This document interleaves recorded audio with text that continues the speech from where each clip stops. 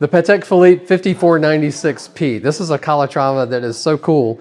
It is a perpetual calendar in retrograde, and we'll go over what all that means in just a moment. But this was a really interesting watch because it really pulls on the Patek Philippe history of making outstanding, handmade, in-house complication movements, but in very sophisticated, very elegant casing, dials, displays.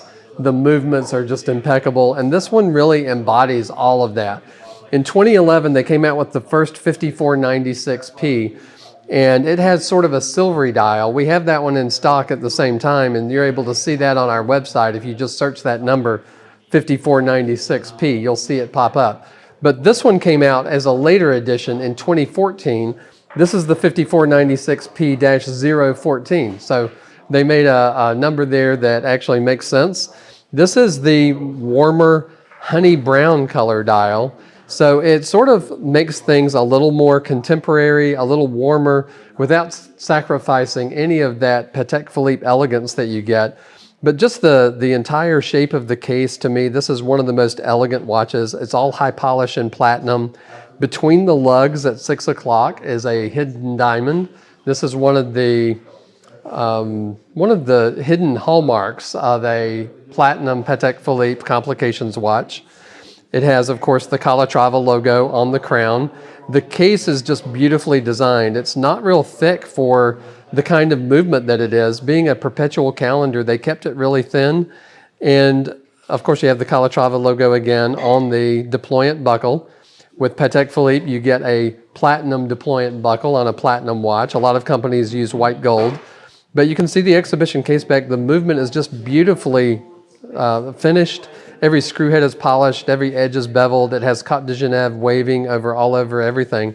But it has a large center rotor that does the auto winding mechanism. And that's different from a lot of their watches that use a micro rotor. So this is based on the 324 perpetual calendar movement.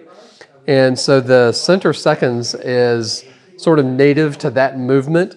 And so that's what we have here. A lot of their perpetual calendar watches don't have a central seconds. So if you're in something like the medical field and you need the seconds hand, that could be a good feature for you. But I love the simplicity of the dial. It has the day of the week, the month of the year in these apertures that are symmetrical and nicely placed.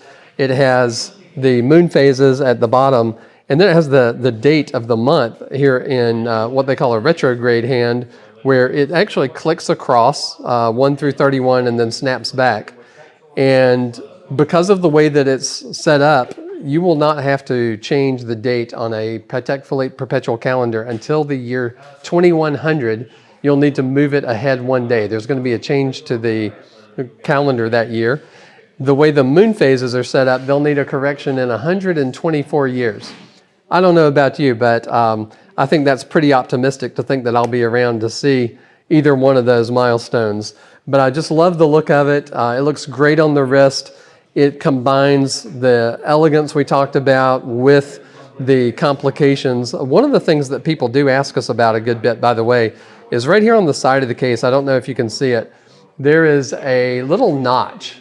And people ask what that's for. That is for the watchmakers to be able to remove the bezel. So it doesn't have anything to do with you and me, but it's a detail that's very interesting, and it points to the fact that this is a watchmaker's watch. This is a watch that is such a high level of sophistication and complication that any watchmaker I've ever met in decades of being in the industry would be thrilled to own such a timepiece, and I think you will too.